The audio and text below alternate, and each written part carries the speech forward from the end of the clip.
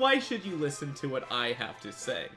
Well, all I do is play countless strategy games, make analysis on League of Legends, play roguelikes like TFT where you have to make tough choices, and most importantly, unlike most people, before recording this video I actually finished the tier list, double checked it, and at the end we will be comparing my opinions with statistics looking at win rates. Now, you might not be satisfied with that, which is perfectly fine, but I've also played 113 unique champions in Arena on my path to finishing my A to Z challenge, have technically hosted the first ever high elo arena tournament, am the creator of the top 100 arena player Discord, and have spent countless hours watching and talking to the rank 1 and 2 players who are both chill, and you should definitely check them out. Unlike some people who would claim they are experts, but at the same time place Vayne in C tier, I actually eat and breathe Arena. So without further ado, let's go into my Arena Silver Augment tier list. Alright, we're gonna go in alphabetical order, so the very first augment we have is Blunt Force. What Blunt Force does is it increases your attack damage by 10%, which is alright, and I'm happy to have it. I wouldn't really roll it if I'm ever playing an 80 character. It's nothing too crazy, but yeah, just in general, an alright augment. Next up, we have Buckle Up, which spawns a battle sled at the start of a combat round. And honestly, it's super niche or just a self-nerf. Doesn't really do too much. It's pretty easy to dodge, honestly. It can be pretty troll. You just kind of like run into a wall once and you're self-CC'd. So maybe there's eventually some tech where Buckle Up could be good, but for now, it's honestly pretty terrible in my opinion. Next up, we have Buff Buddies, which gives you red buff and blue buff. And honestly, it's okay early because the red buff sustain is pretty nice for the longer extended fights in the early game. The mana really doesn't matter. I could actually see this being good on Akali, because I always complain about how she never has any energy, but now maybe you actually could have some with the blue buff giving you, I believe, regen.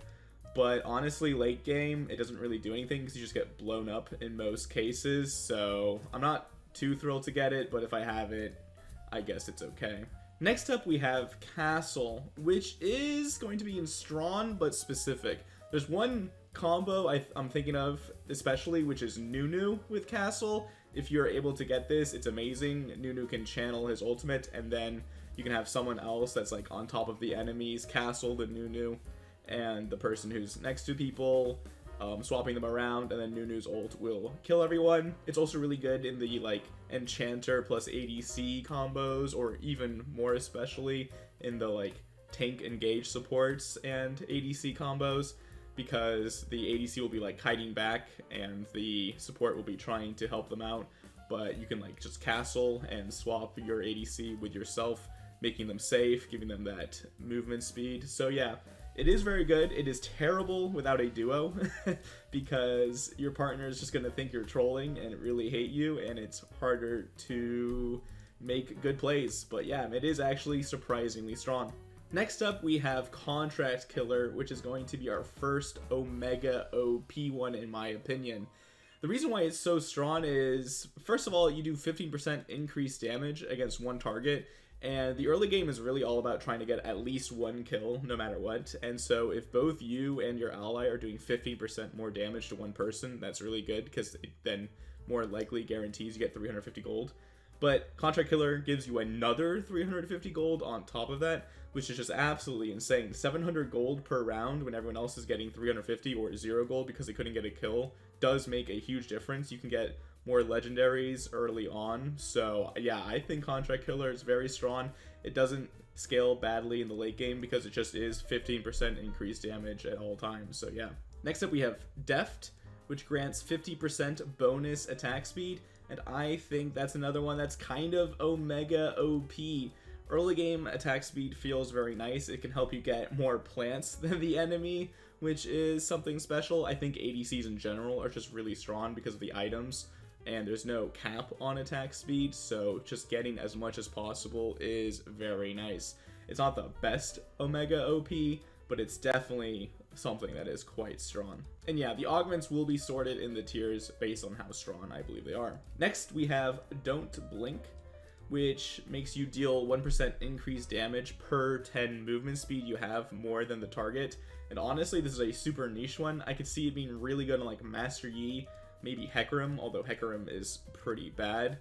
I don't think early game it does too much because like the Master Yi doesn't have his ultimate yet. He doesn't have a lot of movement speed, so it doesn't really do much in that instance. It is definitely going to be niche. It's definitely going to be better late game when you have more and more movement speed based on your abilities and stuff. I think it does need to be explored more, but it's just not as consistent or clear cut as the ones above it, but definitely I think will have its place. Next up we have Erosion, where each instance of damage dealt to an enemy reduces their armor and magic resistance by 1.5% for 4 seconds, second up to 20 times, for a total of 30% resistance reduction, which is just insane. I believe this is Omega OP. You can pretty much take it on most people that have like consistent damage. One thing that I think is really good on is like, for instance, an Amumu W, or like where he's spamming his E. You're just shredding the target's armor and magic resistance for both your damage and your carry's damage. So yeah, just very strong in general. Shredding 30% resistances with a silver augment seems kind of nutty. Next up we have Evocation, which lets you channel for 4 seconds, restoring 60% of your maximum health and maximum mana over the duration. And then you get 50% movement speed. And honestly, if you take this, you're just nerfing yourself very, very hard. The biggest problem is it replaces Flee, which is the summoner spell that gives you 40% movement speed, which is increased by 20% when you're running away from people. So it's very good for kiting, it's very good for chasing people down. And the problem with Evocation is you have to channel it, so if anyone has CC, they can just completely cancel it. The plants pretty much heal you to full anyways, so you don't actually need the heal. If you ever have time to use Evocation, you could probably just go for a plant instead or try to kill the enemy. It's maybe okay early game in like very niche situations, but you would rather just have any other augment that would help you win the fight instead of Evocation helping you win the long game fight. It's a funny concept, but trust me, it is it is terrible. Next up we have Executioner, which deals 50% increased damage to enemies below 50% of their maximum health, and then when you score a champion takedown, it resets the cooldown of all of your basic abilities, so you pretty much just become like a Katarina or a Master Yi. And I would place this in Omega OP tier, right above Deft. Again, like I talked about with Contract Killer, just getting kills is really, really important so you can get that 350 gold. So making sure you do increased damage against someone who's low so you can finish them off is a very nice thing to have. I don't think it's as good as Contract Killer because it doesn't enhance your teammates' damage on the target and you don't get that extra gold, but it is nice to get resets on all of your cooldowns, but you'd be surprised that you don't notice that as much as you think it is. Executioner is also really, really insane on like assassins or people who do a lot of like single target damage, like Syndra or Zed especially. You can just kill one person, then you get all your cooldowns back and you can go for the next target, so definitely a very strong one. Next up we have Fallen Aegis, which pretty much just gives you a Morgana black shield at the beginning of the round. And if you know me at all, you know that Morgana is my least favorite champion, and because of this ability, being immune to CC at the beginning of a round is actually very, very strong. It's nothing too crazy, so I'm going to be putting it in happy to have. You'd be surprised at how strong this actually is, because in the 2v2v2 game mode, people hate having to waste one of their abilities trying to pop the shield. So yeah, it is very strong. It allows assassins to make plays before they get popped. It gives ADCs an extra layer of protection. Just in general, something that the enemies have to consider and slows down their plays quite heavily. Next up we have First Aid Kit, which grants 20% heal and shield power, and it's honestly alright. I'm happy to have it. I think it's better than just the flat AD, because I think enchanters are usually stronger than just people who want AD. Yeah, it's just generally good. Nothing too crazy, but I like having it. It's definitely better in the later portions of the game, but the later portions of the game are much more important because that is when you lose more and more health. Next up we have Frost Wraith, which automatically roots enemies within 450 units for 1 second. And honestly, It's meh early, okay late. It's really only good if you're playing like a peel tank support, or maybe like an enchanter who has a decent amount of health. You kind of just want to like stay next to your carry and try and disrupt enemies' plays. Early game, it doesn't really do too much, just because I don't know, it's nothing too special. Honestly, I could see myself putting it down a little more, but it can be annoying in some situations, and it can help your carry get away, and that could be very good in the late game, but it is nothing too crazy. Next we have Frozen Foundations, which is one of my favorite augments and definitely really fun, but I can't see myself putting it any higher than super niche or self-nerf. Another problem with it, same with Evocation, is it replaces Flee, so you are down a very good summoner. It's really good with actually like Poppy or Anivia. With Anivia, you pretty much can become like a budget Jarvan trapping people. We had a game where I was playing Poppy and my friend was playing Anivia, and we both got Frozen Foundations, and then it was really strong. But outside of those situations, it's definitely not the best. I could see it being good if you're playing against champions with a lot of channels.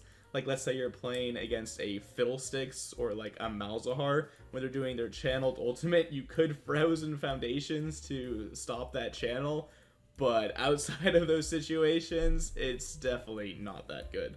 Next up, we have Guilty Pleasure, which is when you immobilize an enemy champion and heals you for 4% of your maximum health, and I think it's really good. It's close to being Omega OP, but Omega OP is named like that because these are actually really insane.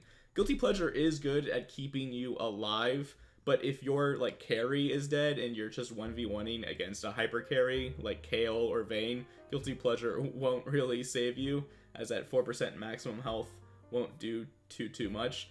It is good if you're doing like a bruiser versus bruiser battle or a tank versus tank battle, keeping you alive. It's definitely noticeable in the early game. So yeah, it's in general really good. I'm always happy to have it if I am playing a tank, but I'm very rarely thinking to myself, wow, when that person got that, the game really felt like it was doomed. I mean, don't get me wrong, this is definitely probably the best tank augment. I just don't think tanks really have great silver augments. Next up we have Ice Cold, which makes your slowing effects reduce the movement speed of targets by an additional 100, and I would place that in strong but specific. And honestly, there are very few champions this is strong on. One of them is surprisingly Ashe. Ashe's auto attacks become like almost unbearable to play against in the early game.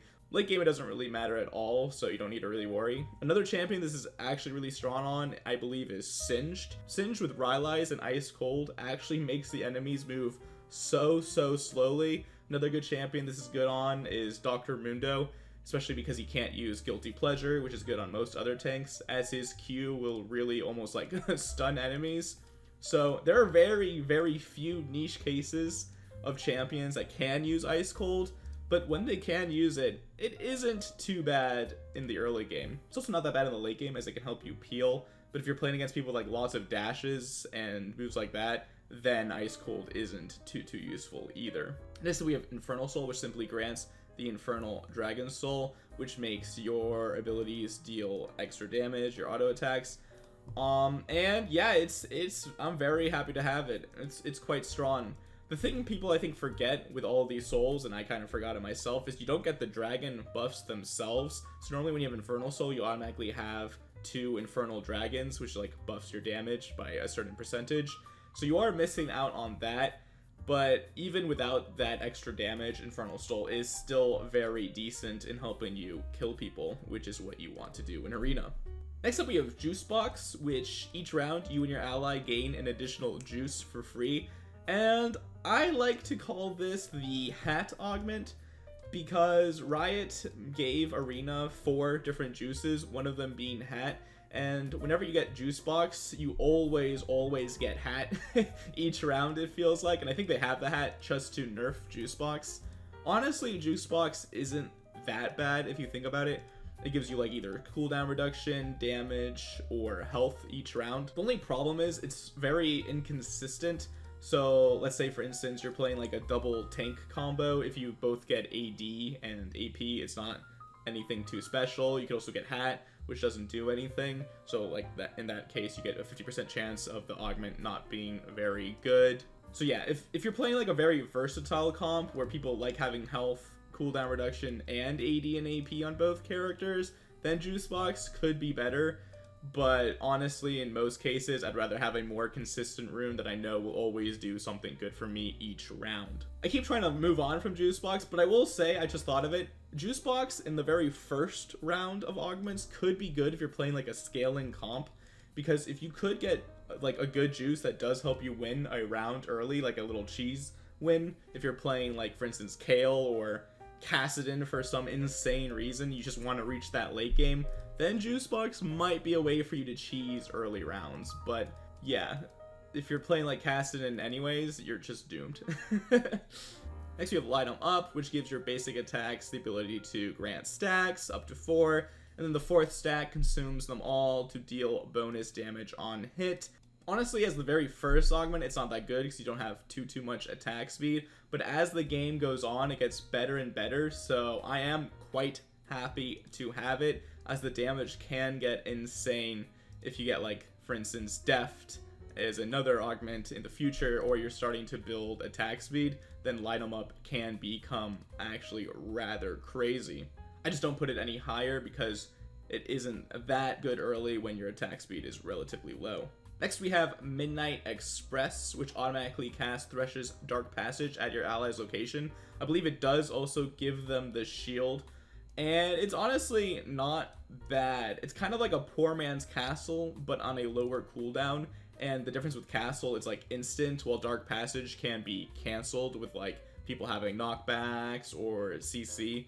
So it's definitely weaker, but it is not bad in general. Again, it's good in those like Enchanter plus carry comps, or in like the tank support plus carry comps. Midnight Express can be pretty good. It's nothing too crazy, but it's definitely not bad.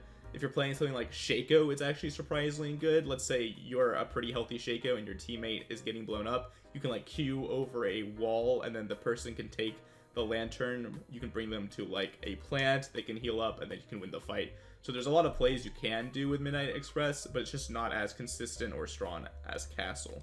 Alright, next we have Mind to Matter, which grants you bonus health equal to 50% maximum mana. Now this augment is actually really strong if you get in the first rotation, because you can build the tier items and get a ton of health and mana from them. So I'm going to put it right underneath Castle. It is strong, but it is very specific because there's certain champions that can't use, like for instance, Manamune. But if you are one of those champions, then be pleasantly surprised when you seem to have like infinite health. I just had to Google it. Winter's Approach is insane with Mind to Matter, but the problem is if you get Mind to Matter at the end, you can't really build Winter's Approach anymore because it needs 2 rounds to upgrade. But if I get Mind to Matter in the first augment, I usually will then build that Winter's Approach before I build even my Mythic, because it is such a strong combo. Next up, we have Mountain Soul, which grants you the Mountain Dragon Soul, which, if you don't know, gives you a shield that can stack based on your AD, AP, and health. And honestly, I'm only gonna put it in the if I have to tier. It is good on like every champion, but it's not incredible on any champion. I think Mountain Soul is really OP in normal Summoner's Rift, but mostly because you get the Mountain Dragons on top of the shield, and in this mode you only get the soul bonus. So without that extra percentage like armor and MR, it doesn't seem as good. A lot of the game is based on you trying to deal as much damage as possible, and a shield that has 180 early doesn't really razzle dazzle me. So yeah, it's definitely playable, but it's definitely not incredible. Next we have Now You See Me, which replaces your Flee with a new summoner spell, which is pretty much like a Zoe ultimate. So when you cast a movement ability, it leaves behind a mark at the cast location, and then you can activate this to blink back to the original location. And I believe this is actually the worst augment in the entire game for silvers. First of all, it replaces your Flee, which is a very good summoner spell, and it gives you something that you don't really ever use. If you don't believe me that it's good, there's a legendary item called Spectral Cutlass in the game, which gives you a whopping 70 attack damage and 21 lethality, which is absolutely insane, and it pretty much gives you the same effect as Now You See Me, and you can keep your flea.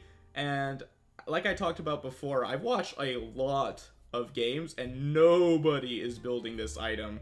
If nobody's building that pretty strong lethality item because they just hate the active that much, you can imagine that replacing a good summoner spell with the active that nobody wants is not a good idea.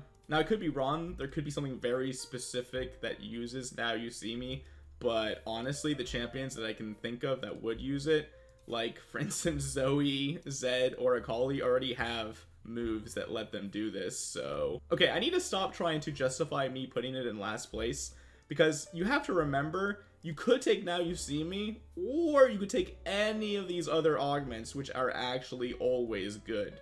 That's the problem with Now You See Me. So yeah, it's definitely not useless, but compared to everything else, it is useless. Next, we have Ocean Dragon Soul, which I honestly think is the best Ocean Soul, especially early game. If people don't have anti-heal, then the Ocean Soul will keep you alive for very long. I'm only going to put it in Happy to Have right here underneath Infernal Soul, because like I just mentioned, if people buy anti-heal, it actually just reduces the effectiveness of your augment, which does suck. So with Ocean Soul, you're pretty much going to win every early game, and it is very strong late if people don't buy that anti-heal, but if they do, then your augment is just reduced by 50% effectiveness, and there's a good chance that you just get one shot by something that's ridiculously OP.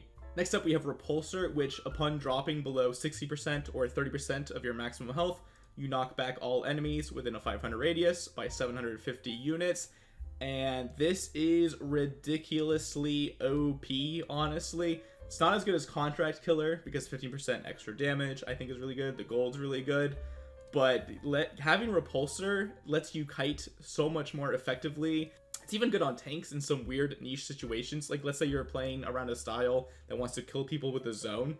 If you have Repulsor, it helps you out quite a lot, because you can repulse them into the zone, which is very annoying for them to deal with. So yeah, in general, Repulsor, it's like a mini almost GA or Zhonya's, if you think about it that way, because it really can stop the plays of people, give you time to try and get like plants, trying to get your cooldowns back. Overall, just really insane augment.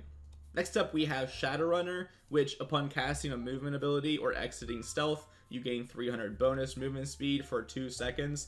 And I think this is really strong, but pretty specific.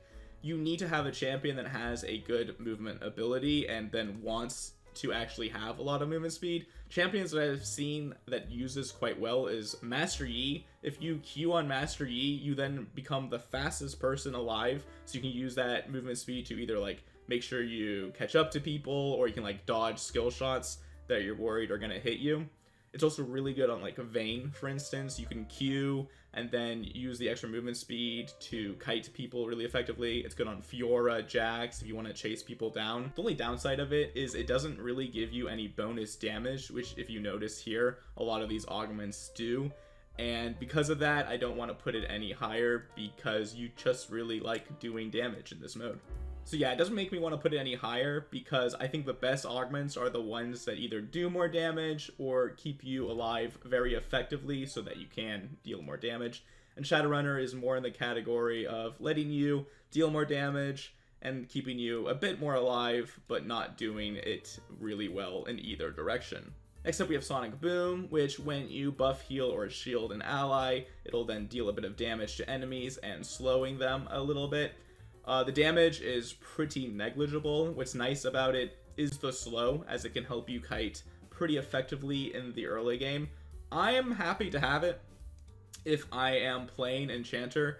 I even like it better than the scaling one that just gives you plus 20% shielding and healing, because the big problem with Enchanters is the early game can be a bit of a struggle, and Sonic Boom can help you with that, as it can help your carry kite more effectively.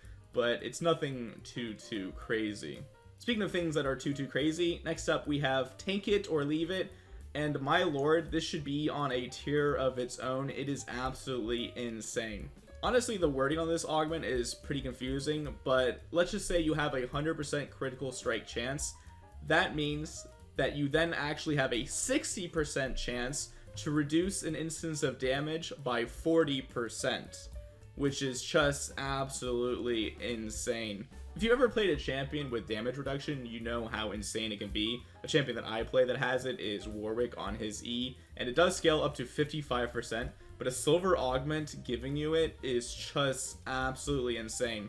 It also gives you 20% critical strike chance, which is pretty nutty to have, and it's definitely not the best early game rune, but it's also not the worst. You definitely notice it. If you get Tank It or Leave It, you can actually just go for a full crit build. Like I was playing Nocturne, for instance, I got Tank It or Leave It, and I was just like, alright, I'll build Infinity Edge. And then I became like the tankiest person alive, because with 100% critical strike chance, you then have 60% chance to always take 40% less damage, which is just insane. And then you're also like melting people because you have all of this crit.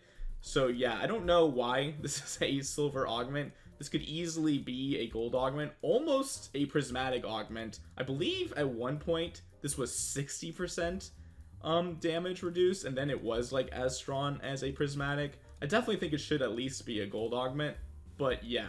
If you say Tank It or Leave It and you can build crit without trolling your build, definitely take it. It is insane. Next up we have Tormentor, which when you immobilize an enemy champion, it inflicts them with a burn for 5 seconds, dealing magic damage every second equal to 0.8% of the target's maximum health over the duration. This burn stacks infinitely and refreshes with each application. So that means like if you stun them once and then stun them again, they'll be taking 1.6% of the target's maximum health. Honestly, early game, it's really not bad. It's pretty strong, but late game, there's almost never an instance where you're going to be CCing a bunch of people without one-shotting them. If you're relying on Tormentor damage to do anything, you're going to be in for a rough time in general, as you're probably going to die before you ever actually kill people with the burn. There could be a world where you get just a bunch of really strong tank augments, and then Tormentor could actually matter. So let's say, for instance, you are able to get 3 CC abilities back to back to back. That would be, then you're doing 2.4% of the target's maximum health, and then let's say it runs for the whole 5 seconds. You're only doing 12% of the target's maximum health, which is just nothing too crazy. And sure, you can say you can keep stacking it if you have like infinite CC, but it's just not enough damage to actually be worth it. Next up we have Typhoon, where your basic attacks will fire a bolt at an additional target that deals 30% AD and applies on-hit effects at 100% effectiveness. And honestly, this is quite strong, but it is a bit specific because you do kind of want to have on-hit effects to really maximize the benefit of Typhoon on champions like Kale, I believe like Kaisa and like Vayne. This is like really insane if you're building like Rageblade plus like Kraken, those kind of champions. It's also a bit weak early on because you don't have the most AD and you don't have those on-hit abilities, so it's definitely a scaling augment, but it can be all the way up to Omega OP on those certain champions. But because of how specific it is, I'll just leave it here. But by no means is it weak. Next up we have Virtuous Cycle, which this tier list doesn't have, and there's actually no date on it. I don't know if they just added the augment or if they just removed it. I kind of forgot. I will say though, I would have put it right here, and what it does is when you heal people, it then grants them a shield as well, based on 20% of the healing value, and when you would have shielded someone, it would have then actually healed them for 20% of the shield strength. So it is quite strong, I believe, but because of how unsure I am of its existence, I'm not going to put it in Omega OP, and I haven't tested it fully. And again, I can see people just getting one shot where Virtuous Cycle might not have any effect at all, but in the early game, it is quite strong. Her ability, which lets your damage dealt by items and damage from overtime effects critically strike for 50% bonus damage, and it gives you 20% critical strike chance. And honestly, It is quite strong late game. It's only meh early game because you don't have any items that do damage. You don't have any overtime effects. So if you do take it, you're kind of just down a silver augment in the early game. If you see late game, it can be like Omega OP if you somehow have a like crazy crit and item damage build, but those are actually a little hard to come by.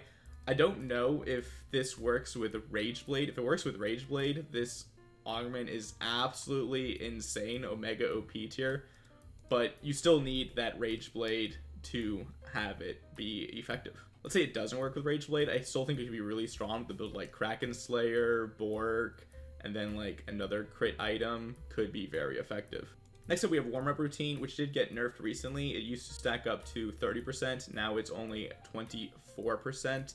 Honestly, I have seen the nerf kind of make people not want to take Warmup Routine. It is only 6% damage reduction, but it does make people take it less and less. I think it can be really strong in certain cases where you have like a very bursty champion. Champions that have like a ton of bursts on like one single spell are really strong with Warmup Routine or like one combo. Champions like Annie, Amumu actually come to mind instantly. The problem is you do have to channel it.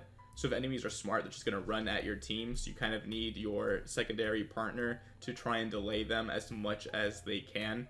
So I'm going to put it in if I have to tier. Most of the time when I do take Warmup Routine or people take Warmup Routine, you kind of took it as a last resort. You don't really want to roll silver augments because they don't have the most impact in the game. And most of them are just in general fine. You're only really excited to take it if you're playing a really bursty champion. Another thing I forgot to mention is it replaces your Flee, which again is a super strong summoner spell. So if you're playing like a champion that really wants to kite a lot or like go in, you kind of do need that Flee. If you're a champion that like only relies on flash, then Warmup Routine is still really strong. Finally, we have Witchful Thinking, which is the most simple augment on this entire list, and it just gives you 70 ability power, and I'm always happy to have it if I'm playing an AP champion.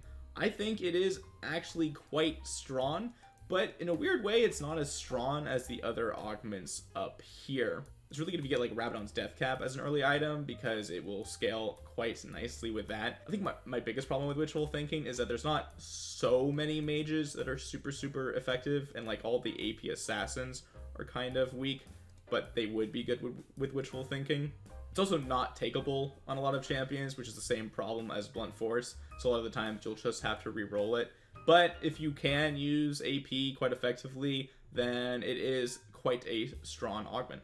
Well, there you have it. That is my tier list. Let me know what you think in the comments, but we're actually not finished. Actually, me from a bit ago, this is the end of this video, as many people might just want to see my tier list, and the video is long enough already. If you were interested in seeing an even more in-depth dive of looking at silver augments, where we talk about win rates, then make sure you check out this video, which will also include my 4 fun tier list of the augments. If you enjoyed the video, please make sure to leave it a like, subscribe if you want to see me talk about gold and prismatic augments in the next couple of days, and I want to say thank you for watching the video. I hope you have a good rest of the day.